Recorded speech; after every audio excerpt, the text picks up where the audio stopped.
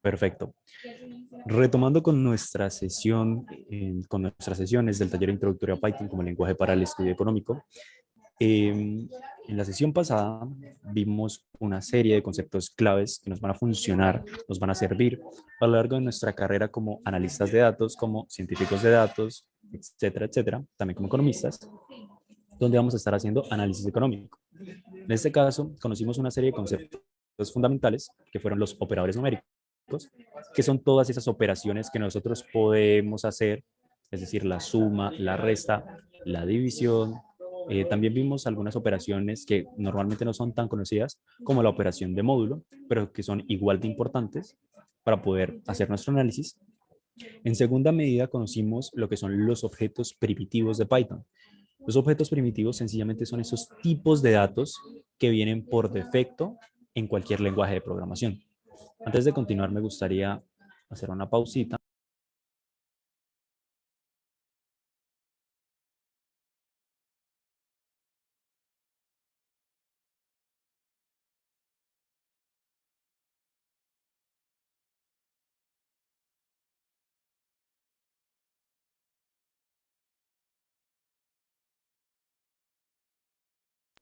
Listo. Retomando, también vimos el concepto fundamental que son las variables, que también conocimos que estas variables normalmente se componen por dos partes, que son los identificadores y en segundo lugar esos objetos asociados a los mismos o esas operaciones asociadas a los mismos. En cuarta medida vimos lo que serían los operadores de comparación, que son esas formas en las cuales nosotros podemos verificar o no. Es decir, por ejemplo, nosotros lo veíamos con el tema de los números. Nosotros veíamos si el número X es mayor al número Y, Python lo que va a hacer es regresarnos un verdadero o un falso. Es decir, va a comparar estos dos números y me va a decir si eso se cumple o si eso no se cumple. En último lugar, vimos lo que son los operadores lógicos o booleanos. Si no tenías como un acercamiento, si ustedes normalmente no tenían un acercamiento al mundo de la programación, esto probablemente hubiera sido lo más nuevo que ustedes han escuchado.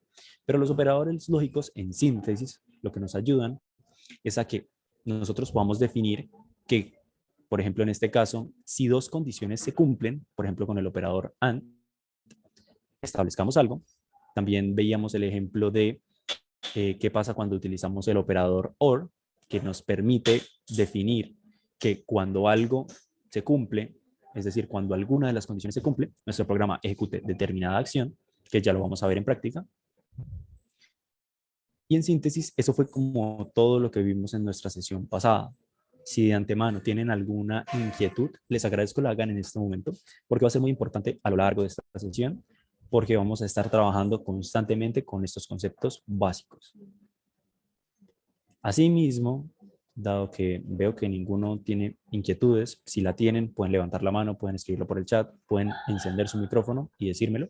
Pero si no, Yo tengo pues una pregunta un poco pues boba, pero ¿cómo se hace para ejecutar una acción sin oprimir control, esto, shift, enter?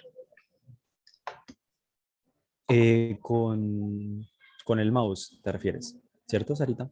¿Solamente se puede así? Lo puedes hacer con control enter, con shift enter y lo puedes hacer dándole clic en la celda en la parte run. Ya ahorita lo vamos a ver nuevamente para que te quede mucho más claro. ¿Listo? También a lo largo de nuestra sesión vimos un concepto clave, el concepto de qué es un algoritmo. El concepto de un algoritmo es, en resumidas cuentas, esa serie de pasos estructurados que nosotros vamos a utilizar para solucionar un problema. En este caso, yo les había mencionado tal vez acerca del pensamiento algorítmico.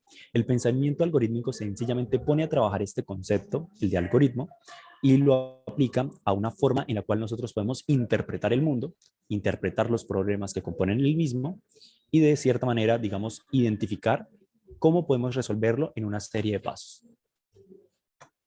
Entonces, lo que vimos en la sesión pasada brevemente fue el tema de la transformación de los datos. Porque como nosotros vimos, nosotros teníamos distintos objetos en Python. Pero ¿qué pasa cuando nosotros necesitamos transformar un objeto en otro? O cuando necesitamos pedir un valor. Normalmente, esta primera función que ustedes pueden ver acá arriba se utiliza en otras especialidades de Python. ¿Especialidades como cuáles, dirá? Bueno, especialidades como, por ejemplo, el tema del backend, donde normalmente la función input se usa para pedirle al usuario su nombre, por ejemplo, cuando estamos haciendo un formulario en una página de internet, o cuando, por ejemplo, le estamos pidiendo cualquier otro valor que nosotros necesitemos para trabajar con él. Consecuentemente, nosotros vamos a ver tres métodos adicionales: el método int, el método string y el método float. Pueden llamarlos métodos, funciones, pero por lo pronto quiero que se queden con que son funciones que nos van a permitir transformar un dato en otro. Entonces, para verlos más claramente, regresemos a nuestros cuadernos de trabajo. Abramos desde luego nuestra herramienta fundamental con la cual hemos venido trabajando todo el curso. En este caso, con Anaconda Navigator. Les pido que por favor vayan abriendo Anaconda. De hecho, aquí voy a cerrar brevemente lo que ya tenga. Y aquí a guardar algo que tenía brevemente. Y aquí ahora sí voy a cerrar. Perfecto.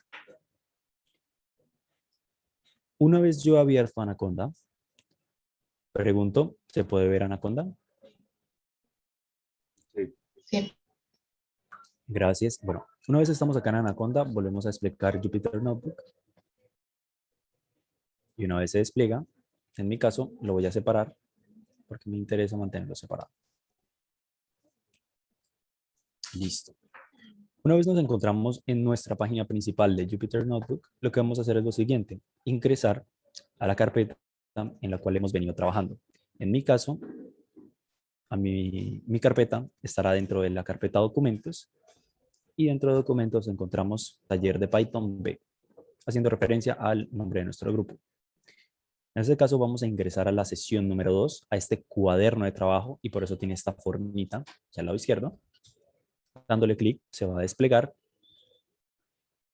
y lo siguiente que va a pasar es que ya va a cargarse todo lo que veníamos haciendo en nuestra anterior sesión. Si observamos, nosotros lo que vimos en primer lugar fue ejecutar, perdón, la función input, en la cual nosotros le decíamos al usuario que nos escribiera un número. En este caso, el usuario lo que haría, desde luego, es ingresarnos un número, y eso quedaría después guardado dentro de una variable llamada de la misma manera, número.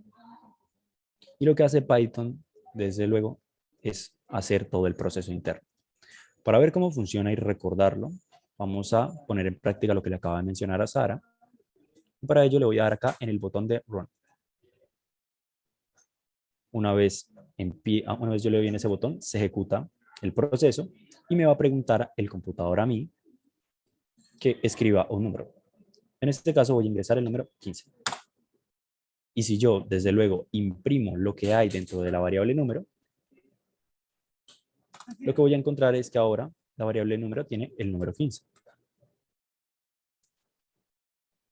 ¿Cómo funciona esto? Bueno, repito, sencillamente lo que estoy haciendo es ejecutando una función, la cual le estoy pasando un mensaje, por eso tiene internamente las comillas, haciendo mención de que es un string, y eso se va a guardar dentro de la variable número. Sencillo y claro de entender.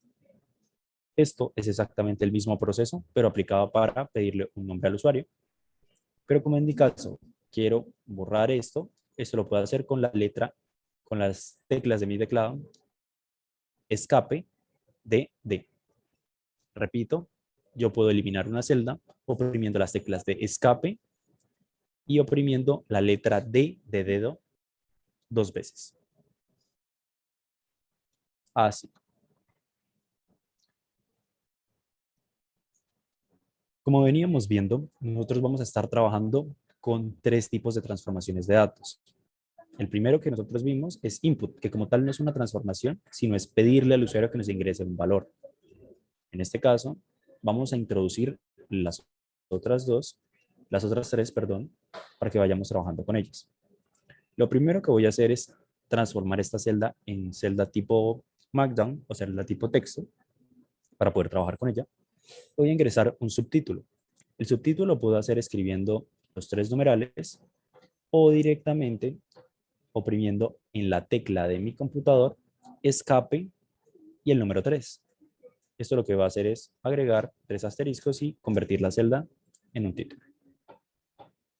En este caso lo que voy a hacer es, por ejemplo, colocar método y voy a colocar nuevamente acá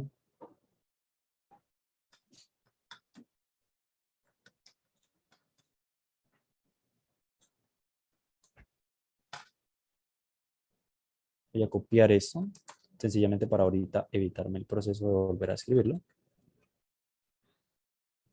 Y por último, el método str. Esto lo voy a cortar y lo voy a pegar en otras celdas, ya veremos para qué.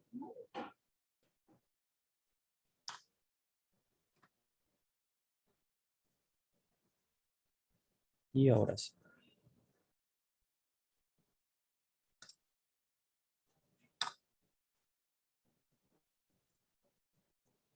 Y listo.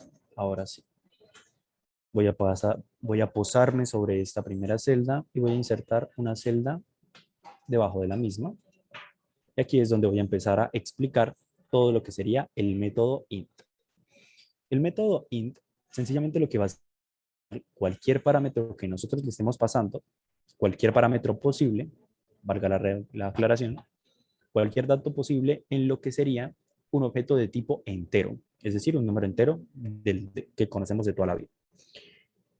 Para hacerlo, vamos a observar el anterior ejemplo que habíamos colocado, donde le pedíamos al usuario que nos ingresara un número. Si nosotros observamos lo que el usuario nos ingresó, el usuario nos ingresó el número 15. Pero ¿qué pasa? Si yo, por ejemplo, imprimo el número 15, yo me voy a dar cuenta de una particularidad. Vamos a ver si alguien se percata de ello y me lo hace saber por el chat, por el micrófono. ¿Qué particularidad tiene el número 15? ¿Qué tipo de objeto creen que es?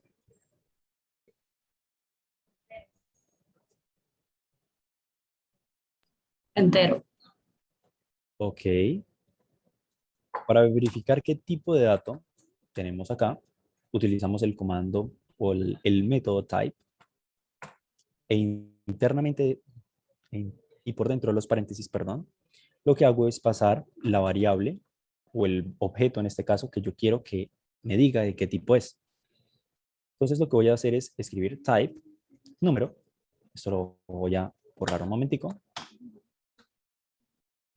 Y si yo hago eso, lo que me va a decir Python es que eso que yo le pasé es lo que hay dentro de la variable número.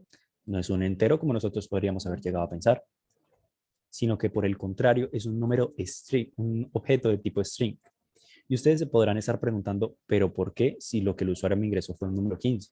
Bueno, sencillamente es porque el método input guarda todo lo que el usuario ingrese como si fuera un string. El usuario pudo habernos ingresado un número flotante, pudo habernos ingresado un nombre, pudo habernos ingresado lo que quiera, pero todo lo guardó como un string. Y eso es muy importante porque nos permite introducir el concepto del método int, que es la transformación de un objeto a otro. Brevemente voy a volver a pegar esto acá para que quede aquí como referencia.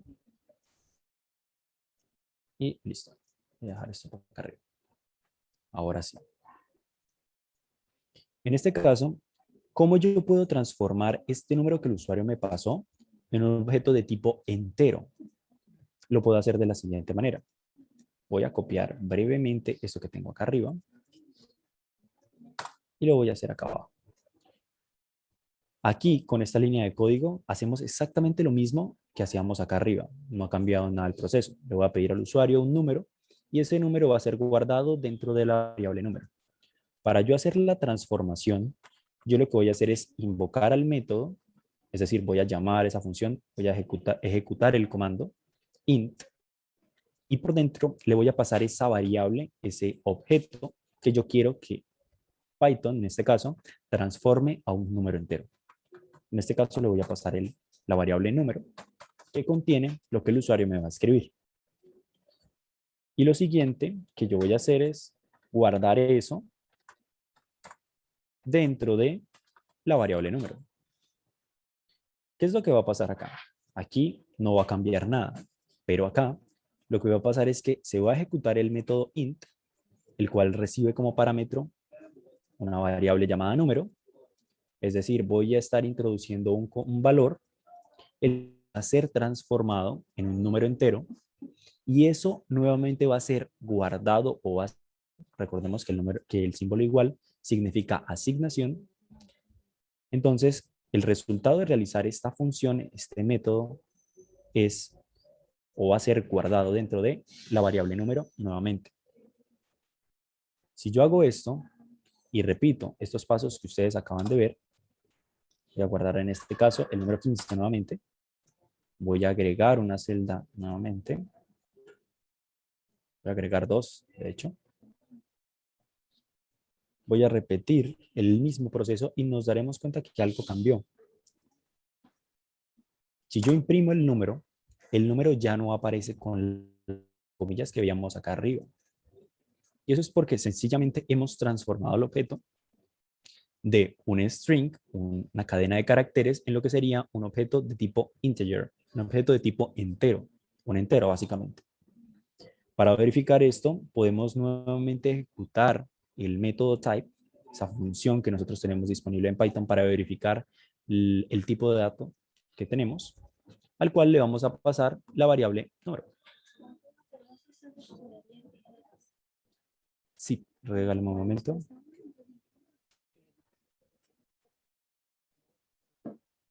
Bueno, si nosotros ejecutamos esta línea de código, nos daremos cuenta que ahora tenemos es un entero, no como veíamos acá arribita, que nos aparecía un string. Y esto puede ser fácilmente reconocido cuando ya tenemos un poquito más de experiencia, y es porque verificamos que cuando algo está dentro de comillas, automáticamente ustedes deberían asociarlo con una cadena de caracteres, con un objeto de tipo string. Perfecto. Si tienen alguna duda o inquietud respecto a cómo funciona el método int, este es el momento para hacerlo. Porque, adelante. Una pregunta, cuando yo escribo el comando número igual a input, escribo un número y lo ando, no me anda. Pero tampoco me sale error. Ok. Probablemente lo que haya pasado es que cuando ejecutaste en alguna ocasión el método input, dejaste el proceso a medias. Esto pasó en la anterior sesión, no se preocupen, en la sesión de la mañana, y es que un compañero ejecutó una celda en la cual había un input, ingresó un número, pero no le dio enter al número. Entonces la operación, digamos, quedó en un limbo, quedó en un espacio a medias. Entonces, desde luego, el programa nunca pudo volver a ejecutar otra celda porque sencillamente se quedó en ese paso intermedio. La forma en como yo te digo que lo puedes llegar a corregir y si se soluciona el problema, sabemos que es eso, ya te muestro cómo funciona, es dándole en este botón que parece como una flecha, que lo que hace es reiniciar el kernel de Python. Lo que hace es reiniciar el programa. Entonces, si alguna vez habías ejecutado algo, lo vuelve a hacer. No te estreses. ¿Qué fue lo que pasó con el estudiante de la mañana? Hizo esto. Ejecutó, escribió el número 20 y nunca le dio el typo. Entonces, cuando intentó ejecutar la siguiente, le apareció un asterisco, porque esta acción, digamos que nunca finalizó. Entonces, Python no puede ejecutar una cosa si no has terminado de hacer otra. En este caso, el joven debió haberle dado en el 20 y ahí se hubiera descongestionado toda la serie de procesos y se hubieran ejecutado en el orden que deberían haberse ejecutado en un principio. ¿Te funcionó, Santiago? Sí, fue eso. Perfecto, tranquilo. Entonces, continuando, me gustaría saber si hay alguna duda respecto al método int, porque los métodos float y string funcionan de una forma muy similar. De hecho, es prácticamente la misma. Lo que cambia es la funcionalidad que estamos obteniendo. En este caso, con el método float, lo que vamos a hacer es transformar un número. Vamos a verlo. Vamos a transformar un número en lo que sería un punto flotante. Vamos a hacerlo con la sentencia float. Y vamos a volver a copiar esto. Entonces, si ejecuto esta celda y yo, por ejemplo, introduzco el número 78.5, un ejemplo, y le doy en Enter, puedo verificar efectivamente qué es lo que hay dentro de la variable número. Lo que me estoy dando cuenta es que en este caso ya hice la transformación porque sencillamente lo que va a pasar es lo siguiente. En primer lugar, le voy a pedir al usuario un número, que es lo que Python hizo ahorita. Lo segundo que va a pasar es que Python va a guardar esa información dentro de la variable número. Lo tercero que va a pasar es que se le va a aplicar el método float al cual le estoy pasando una variable y eso después va a ser guardado nuevamente o lo pueden decir como guardado nuevamente o sobreescribir sobre el método número.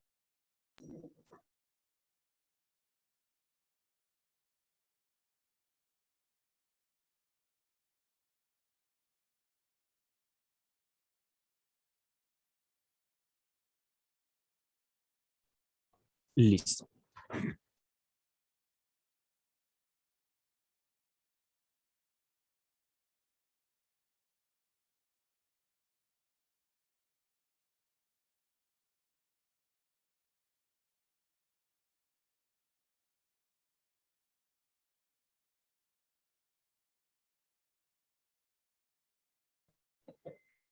Listo.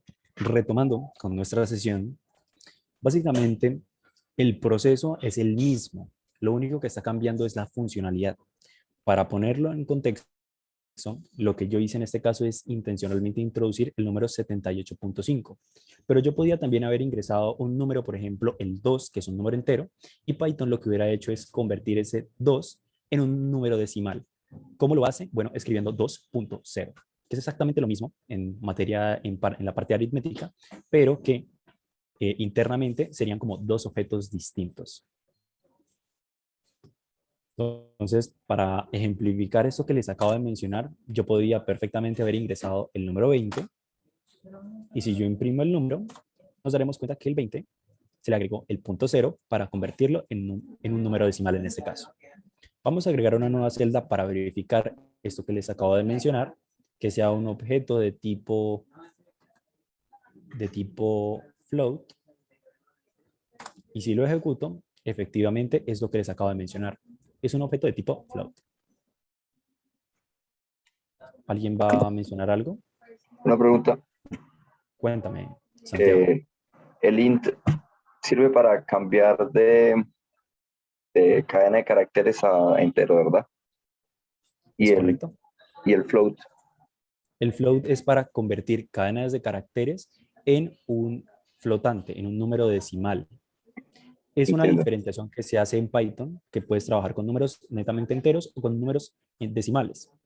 Es decir, tú puedes sumar, no sé, números enteros con números decimales y lo que va a hacer como resultado es un número decimal. Por ejemplo, cuando tú sumas 1 más 1, te va a dar 2, es un número entero. Pero si tú sumas, por ejemplo, 1 más 1.5, te darás cuenta que el resultado va a ser 2.5. Entonces, internamente cambian los tipos de objeto, pero esto no afecta en nada como tal a las cuentas que nosotros podemos llegar a hacer en un análisis. Entonces, sencillamente es una forma en la cual nosotros vamos entendiendo que hay distintos tipos de objetos. Lo que pasa es que ahora los estamos visualizando como los interpreta Python. ¿Claro, Santiago? Sí, gracias. Perfecto. Lo siguiente que les voy a pedir que hagan junto conmigo es que ahora, en este caso, voy a transformar lo que sería un número que directamente yo haya ingresado, pero bueno, esto lo voy a modificar, ya no necesito esta parte. Y lo que voy a hacer en este caso es utilizar el método string. Bueno, sencillamente porque en este caso voy a colocar un número por defecto, puede ser el 20.000. ¿Y qué es lo que voy a hacer básicamente? Dentro de la variable número voy a guardar el número 20.000 y lo que voy a hacer en la línea de código número 2 es que voy a decir lo siguiente. Voy a ejecutar el método string que transforma un objeto de tipo, por ejemplo, un objeto de tipo, por ejemplo, entero o flotante en lo que sería una cadena de caracteres. En este caso, ¿qué es lo que le estoy diciendo a Python? Python, ejecuta el método string, el método str, al cual quiero que le pases una variable. ¿Cuál variable? La variable número. El resultado de realizar esa transformación, guárdalo nuevamente dentro de una variable llamada número. Es decir, prácticamente es como sobreescribir la variable. Si yo ejecuto eso y en primer lugar imprimo lo que hay dentro de la variable número, esto lo puedo hacer directamente desde acá, entonces Python va a hacer este proceso, va a hacer esta segunda línea de código y cuando llegue acá me lo va a imprimir. Si yo ejecuto eso con Shift Enter, me va a decir automáticamente que la transformación dio como resultado el 20.000, pero como un objeto de tipo string. ¿Cómo puedo saber que es un objeto de tipo string a priori? Por las comillas. Muy clave. Si algo está escrito dentro de las comillas, sabemos automáticamente que es un string. Si hay alguna duda hasta el momento, es válido que la hagan, no hay ningún inconveniente. Si no, regresamos a nuestras diapositivas y continuamos con la sesión. Aquí, básicamente, estoy explicando efectivamente lo que les acabo de mencionar, el tema de que el método int funciona para transformar cualquier objeto en un entero, cualquier string, el método string para convertir cualquier entero flotante en lo que sería un string, y el método float, la misma lógica, pero para transformar cualquier objeto en un número de punto flotante. Importante, los métodos int y float solamente funcionan cuando dentro de las comillas está escrito, por ejemplo, un número. Si yo trato de, por ejemplo, aplicarle el método int o el método float, por ejemplo, a una cadena de caracteres o a una variable que tiene por dentro una cadena de caracteres que tiene un nombre, por ejemplo, esto no va a ser posible, porque Python va a tratar de transformar algo que es imposible. Es imposible que de un nombre salga un número. Entonces Python nos hará saber que estamos cometiendo un error. Entonces es mejor saber qué error les aparecería, lo pueden hacer. Eso no les va a afectar en nada y que el error aparezca ahí tampoco les va a afectar en nada. Lo siguiente que vamos a ver es un concepto fundamental de lo que sería el análisis de datos y en general trabajar con Python y con cualquier lenguaje de programación. Este concepto fundamental se le conoce como las condicionales. Las condicionales sencillamente es una forma en la cual nosotros podemos decidir los pasos que vamos a estar utilizando en un algoritmo. Si recordamos, un algoritmo es una serie de pasos estructurados con los cuales nosotros esperamos resolver una determinada problemática. Y en este caso, básicamente con las condicionales, nosotros lo que vamos a poder hacer es establecer un flujo de trabajo. Las condiciones nos ayudan a que, si digamos, se cumple una determinada condición, se ejecute un proceso. Si digamos, de alguna manera se cumple otra determinada condición, se ejecute otro proceso. Y, por último, si ninguna de las condiciones se llegase a cumplir, tendríamos otro proceso en determinado caso. Antes de pasar al código y verlo más claramente, quiero recordar que van a haber unas sentencias, de hecho quiero introducir, perdón, que van a haber unas sentencias muy importantes con las cuales vamos a estar trabajando. La sentencia if, la sentencia else y la sentencia elif. Esto sencillamente es como el nombre que vamos a estar utilizando para estas condicionales con el cual las vamos a estar utilizando. Y para entender esto que les acabo de mencionar, veámoslo con un ejemplo. En primer lugar, vamos a tener un programa bastante sencillo que si sabemos un poquitico, un nivel básico de inglés, lo vamos a entender perfectamente. Pero si no lo hacemos, no se preocupen, yo les colaboro con esa interpretación. En resumen, este programa que ustedes pueden ver en pantalla, lo que nos va a permitir es lo siguiente. En primer lugar, dentro de una variable data, una variable llamada data, vamos a guardar el valor de 0, en este caso. Y lo que vamos a hacer es inmediatamente decirle a Python que se pregunte una serie de cosas. En primer lugar, lo que Python va a empezar a leer es que si la data es mayor a 0, ejecuta lo siguiente. Si no, pregunta nuevamente si esta condición se vuelve a cumplir. Si esa condición se cumple, es decir, esta segunda, básicamente se va a ejecutar lo siguiente que encontramos aquí abajo. En caso de que no se cumpla ni la primera condición ni la segunda, encontramos la sentencia else, que sencillamente resume todo aquello que nosotros eh, podríamos encontrar en el universo de posibilidades. Es decir, si ninguna de estas condiciones que yo tuve se cumple, ejecuta esto que aplica para todo lo demás. Es básicamente para lo que funciona la sentencia else. Entonces, si lo leemos tal cual, es, en primer lugar, define una variable llamada data igual a 0. Lo segundo que hago es preguntarle a Python si la data es mayor, si la data es mayor a 0, le digo que imprima que data es un número positivo. Si no, vuelve a preguntar, la data es igual a 0. Si se cumple, ejecuta lo siguiente, en este caso, que la data, pues sencillamente va a ser 0. Y por último, si ninguna de estas dos condiciones se cumple, es decir, si el valor que está dentro de la variable data no es mayor a 0, ni tampoco es igual a 0, que imprima cualquier otra cosa. En este caso, desde luego va a ser un número negativo. Entonces, ¿cómo se lo hago saber al usuario? Imprimiendo un mensaje donde se le diga que data, es decir, la variable data, es un número negativo. Sencillo de entender. ¿Hay alguna duda respecto a este código? Y si la tenemos, vamos a verlo en el código brevemente. Voy a esperar un segundo a ver si hay alguna duda respecto a esto. Si no, vamos a verlo. Perfecto. Si nosotros regresamos a nuestro cuaderno de trabajo de Jupyter Notebook, en este caso, me gustaría añadir una separación, porque es un tema importante. Entonces voy a cambiar la celda a tipo marca. Voy a agregar una línea que si yo la imprimo, si la corro, lo que va a pasar es que se va a colocar así una línea de este tipo. Seguidamente me gustaría introducir un título. Eso lo hago con con un numeral o con dos numerales, como ustedes prefieran. Yo lo voy a hacer con uno y voy a introducir el título, perdón, condicionales. Los puntos. Y aquí abajito voy a colocar sentencias.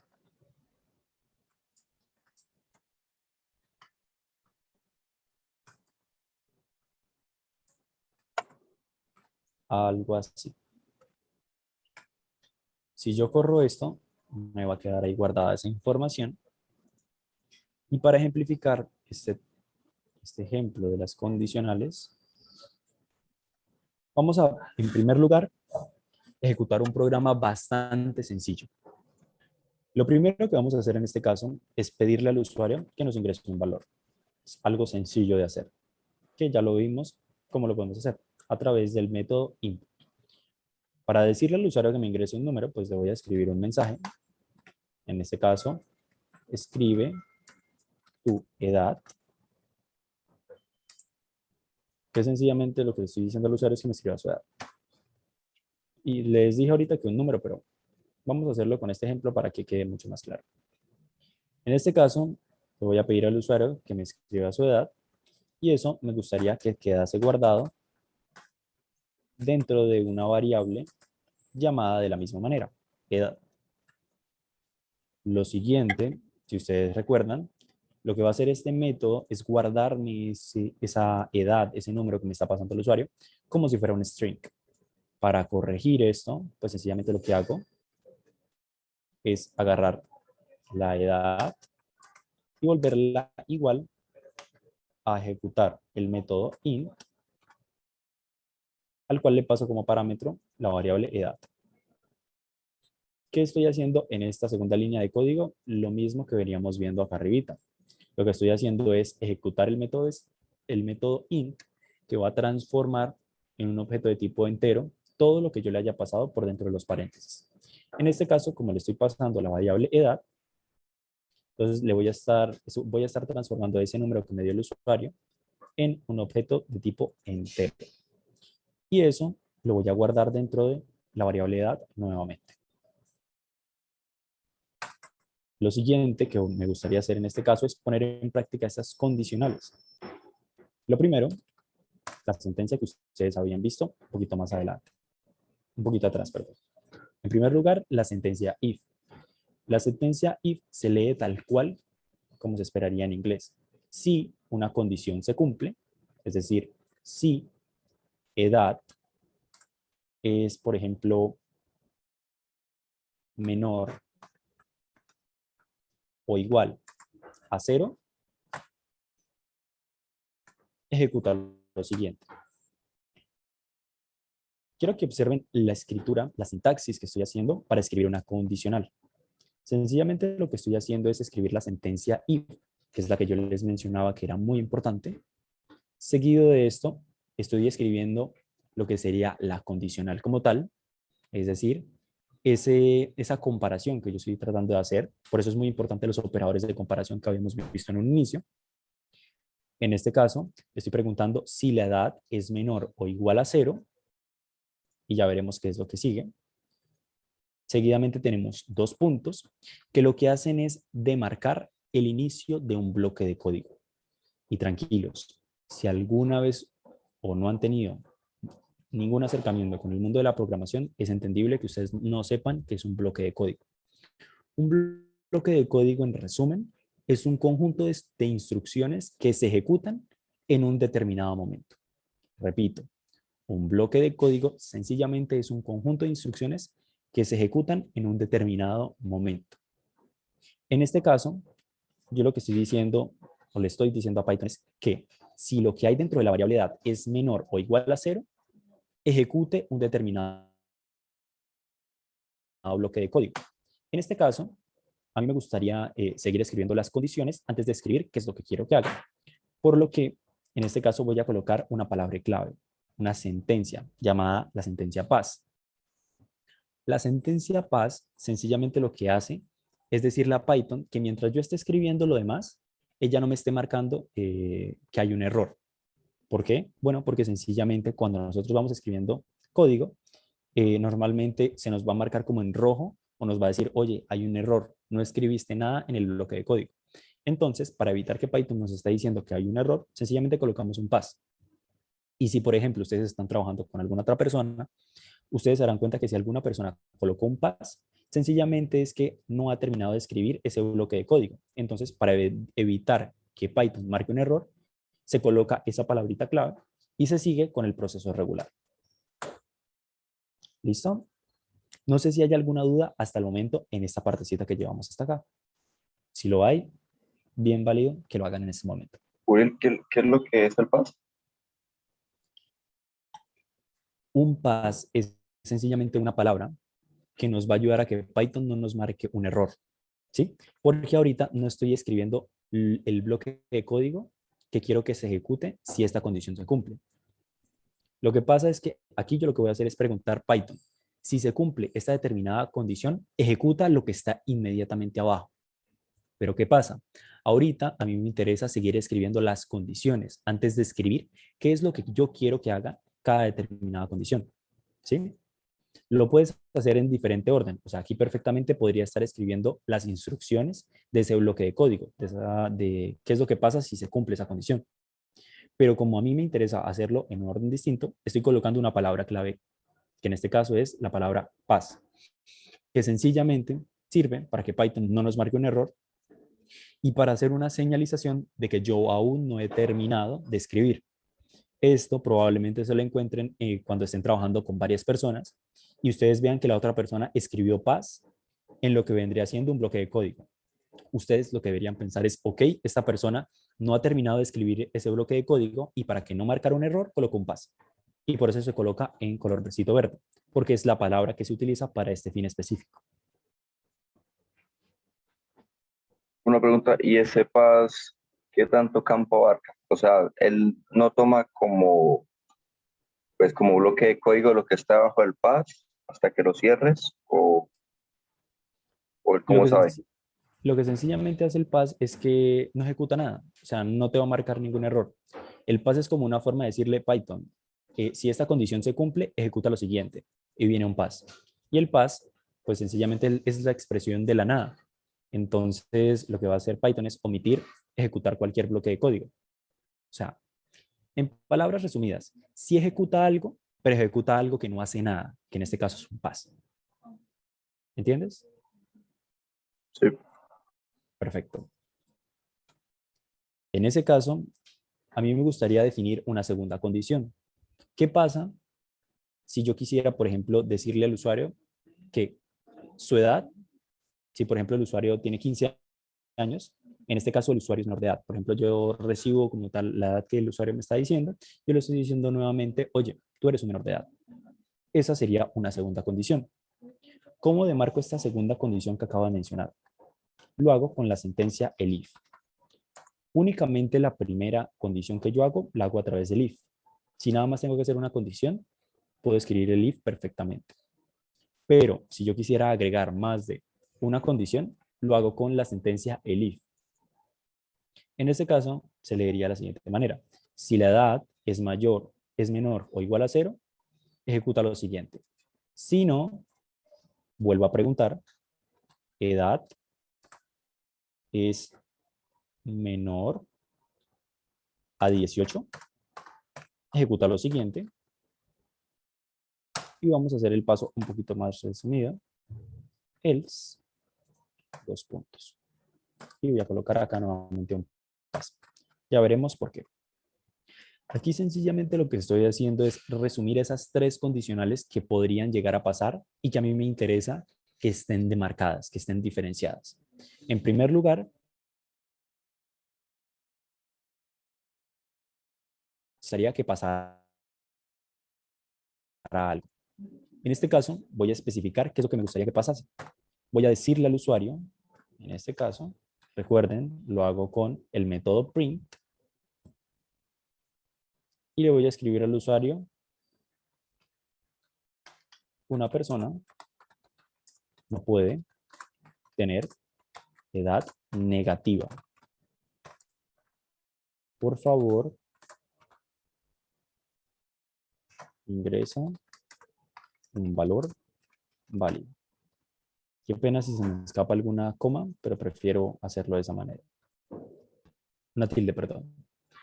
Una persona no puede tener edad negativa. Por favor, ingresa un valor válido. ¿Qué es lo que estoy haciendo en esta pequeña línea de código de acá?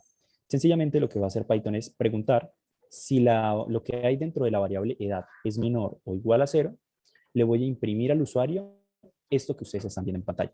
Le voy a decir, oye, una persona no puede tener edad negativa. Por favor, ingresa un valor válido. ¿Listo? De hecho, aquí dentro podría colocar inclusive unos paréntesis.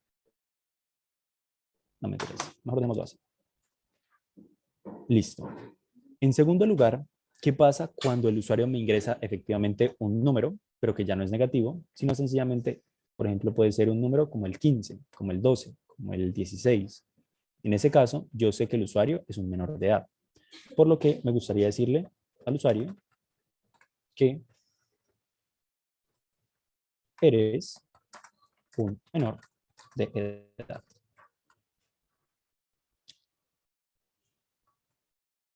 Por último, ¿qué pasa cuando ninguna de estas dos condiciones se cumplen? ¿Qué esperaríamos que pasase? Pregunta para el público.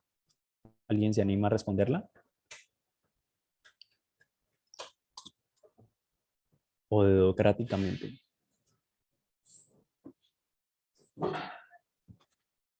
Pues entonces sería mayor de...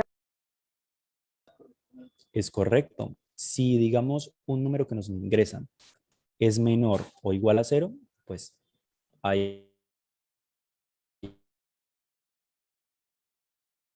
eso no tiene sentido.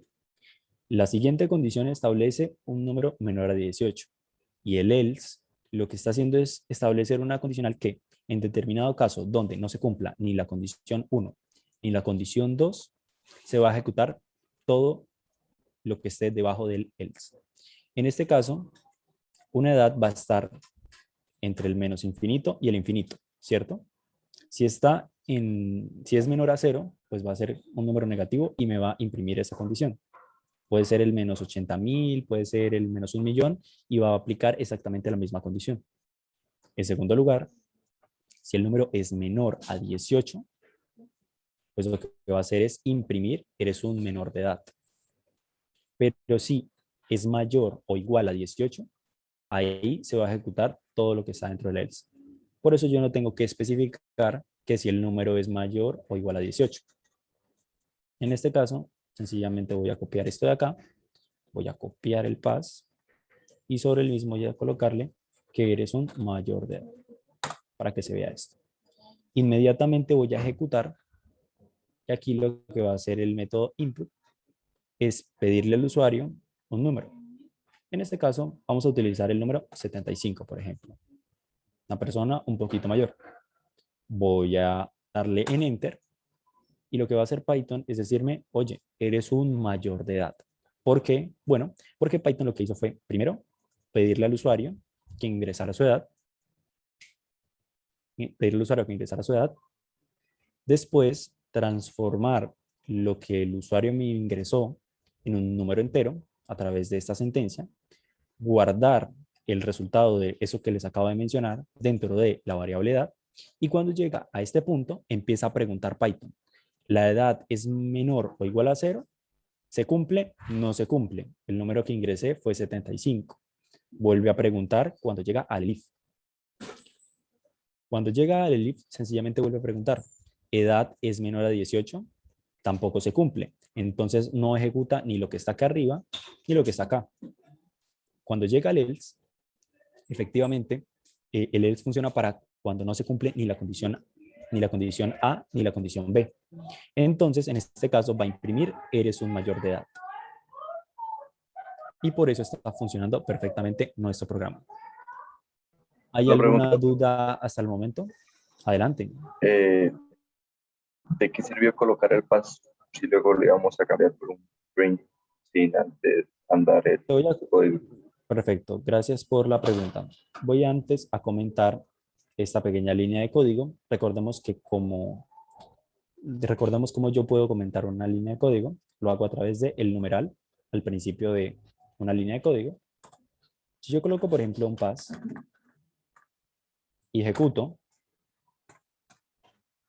el mismo proceso que teníamos antes, el número 75, no va a pasar nada. Es el pass, como te digo, es la expresión de la nada. Pero ¿qué pasa cuando yo no tengo ninguna de estas dos? Si yo ejecuto esto, automáticamente Python me va a decir syntax error. Básicamente estoy teniendo un error de sintaxis en la línea 8 y me está diciendo específicamente en dónde está ocurriendo el error. Y es que no ingresé el bloque de código que se tiene que ejecutar en el else. El pass es precisamente para decirle, oye, no quiero que hagas la condición. Pero normalmente nosotros deberíamos colocar siempre el pass porque a veces el programa se puede llegar a ejecutar porque sin querer le dimos en control enter, a veces pues estar haciendo varias cosas y es una forma en la cual nosotros podemos hacer estético el código, porque normalmente nosotros no trabajamos solos. Nosotros cuando estamos trabajando en nuestra vida profesional lo hacemos en equipos, lo hacemos con personas y normalmente cuando tú lees el código de otras personas, este tipo de errores pueden saltar a tu vista inmediatamente si tú eres una persona que tiene mucha experiencia, pero si no, colocar este tipo de sentencias, lo que hacen es que la otra persona sepa lo que tú estás tratando de hacer, porque la otra persona probablemente esté trabajando contigo, pero probablemente también podría estar en otra ciudad, en otro país. Y escribir el código de esta manera ayuda a que esa persona no tenga que estar preguntándote directamente, sino que él pueda leer y automáticamente entender qué es lo que tú estabas tratando de decir. ¿Listo? O sea, como que el pass deja un código muerto, o sea, lo coloqué, lo voy a usar, pero aún no sé qué va a colocar, entonces lo dejo muerto. Exactamente. El pass se utiliza generalmente para cuando aún no sé lo que voy a colocar en ese bloque de código. Es el Entiendo. resumen de lo que es un pass. Pero en este caso voy a borrarlo y voy a descomentar este print. Adelante con la segunda Gabriel, inquietud. Adelante, Angélica, cuéntame. tú Cuéntame, para, Angélica. o sea, tú colocaste, es que no vi en qué momento tú cambiaste el else por el if. O sea, ¿En qué momento? no sé. O sea, yo recuerdo que acá tenías else, ahí en el número 6 en la línea 6. La línea número Si no estoy mal, 6. antes de escribieras eso, tenías else. Entonces, o sea, el if para qué es y luego por qué apareció else. Ok, tranquila. El if, primero que todo, voy a hacerlo en orden, tranquila. El if sencillamente es la primera condición que yo coloco en cualquier programa. Si yo necesito colocar más de una condición, lo hago con el if o lo hago con else. El if es para cuando yo necesito especificar una condición y else lo hago para cuando quiero resumir todas esas otras posibilidades, todas esas condiciones que se pueden llegar a cumplir, pero que yo no sé cuáles son, en una sola palabra. En síntesis, yo podría tratar de especificar esto que hice con el else y lo puedo ejemplificar de la siguiente manera para que quede más claro. Pero el if es especificar una condición y el else es dejarlo abierto a todas las otras posibilidades. Hacer exactamente lo mismo que hice con el else de la siguiente manera. Voy a comentar esto para que no haya ningún inconveniente y colocando mayor o igual. Así. Esto que ustedes están viendo acá abajo es exactamente lo mismo que habíamos visto acá con el else. ¿Por qué digo que es exactamente lo mismo?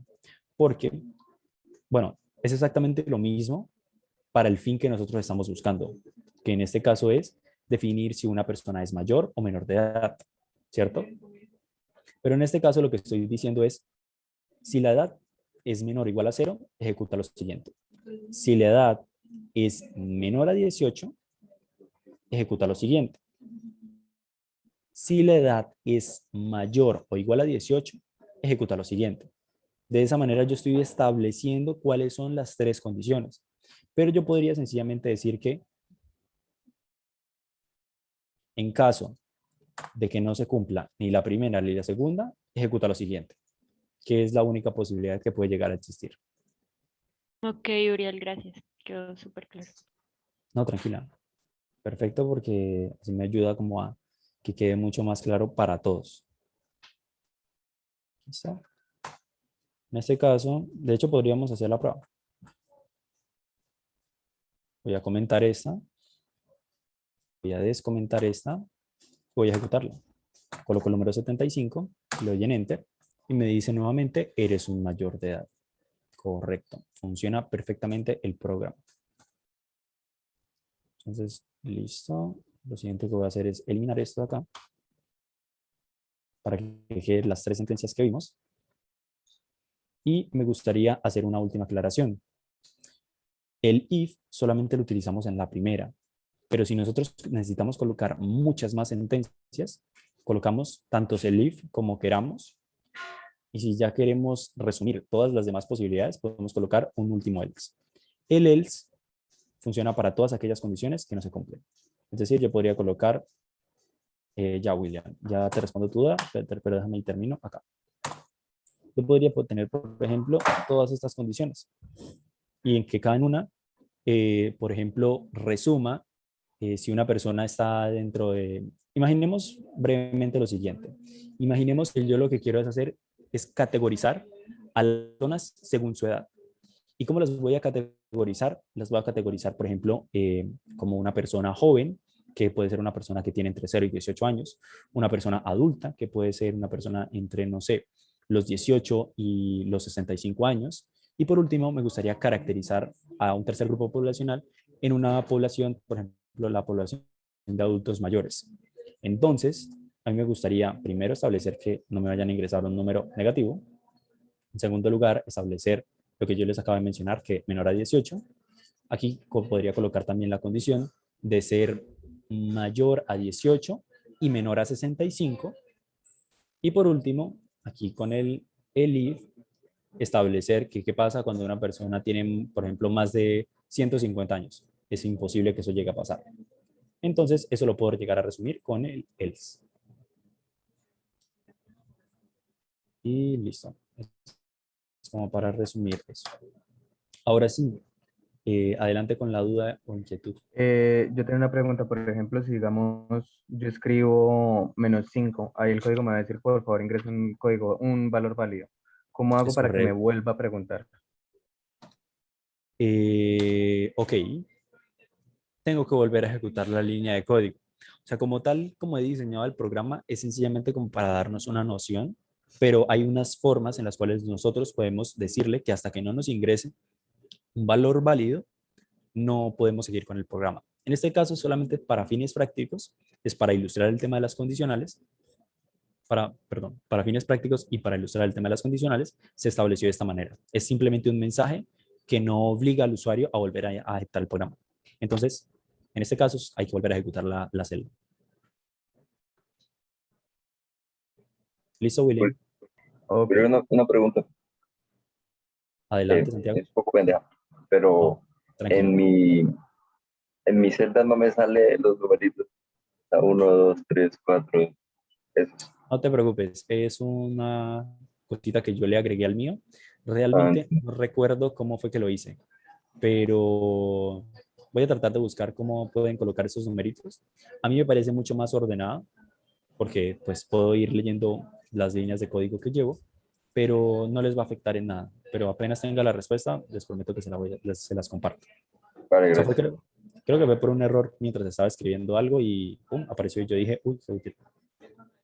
Entonces, ahorita busquen la documentación y les digo cómo pueden hacer eso. Listo. Creo que yo sé cómo es. ¿Cómo? Le dan en View y algo que dice ese, la tercera, esa. Ok. Uy, hoy todos Sí, aprendimos algo nuevo. pues, Y En eso mi que no había caso, podido entrar. Qué chapa. bueno, aprendimos algo nuevo. Es que con la opción aquí de View podemos colocar los numeritos o deseleccionarlos. Perfecto. Muchas gracias, Angélica. En serio. Vamos a retomar nuestras diapositivas y es con el tema de las funciones.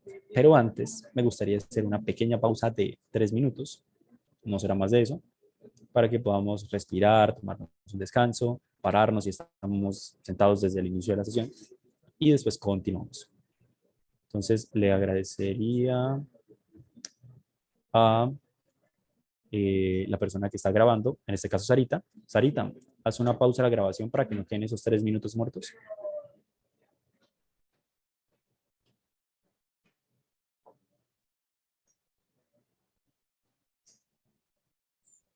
Sarita, solamente tienes que darle en Stop Record.